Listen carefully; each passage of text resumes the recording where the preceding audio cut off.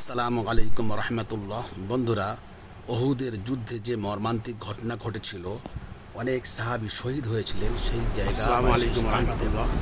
বন্ধুরা, এই সেই যুদ্ধের ময়দান, যুদ্ধের ময়দান, ওহুদের যুদ্ধ এখানে অনুষ্ঠিত হয়েছিল।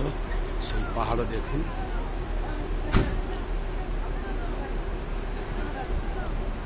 সেই পাহাড় 50 জন তীরন্দাজ সাহাবী ছিলেন। এই পাহাড়ে দাঁড়িয়ে এরা সরে যাওয়ার কারণে আল্লাহর রাসূল সাল্লাল্লাহু আলাইহি সাল্লামের উপরে বা অন্যান্য সাহাবীর উপরে আঘাত হয়েছিল। নবীর দন্দন শহীদ হয়েছিল। এই সেই ওহুদের যুদ্ধের ময়দান, আর এই সেই পাহাড় দেখুন।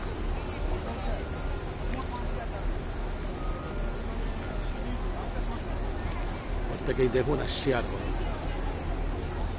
করুণ কাহিনী লুকিয়ে আছে এর মধ্যে। হানজালা রাদিয়াল্লাহু তাআলা আনহু শহীদ হয়েছিলেন এই যুদ্ধের ময়দানে, এখানে এই ওহুদ পাহাড়ের কাছে। তিনি বিবাহ করে প্রথম রাত্রেই বিবির কাছে থেকে চলে গিয়েছিল নাপাক অবস্থায়। এখানে যুদ্ধ করতে গিয়ে শহীদ হয়েছিলেন।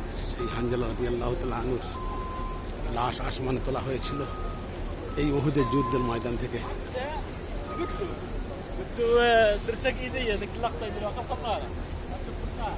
এই সেই ওহুদ পাহাড় দেখুন বন্ধুরা।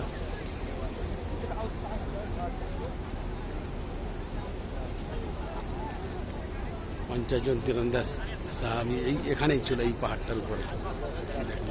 এই পাহাড়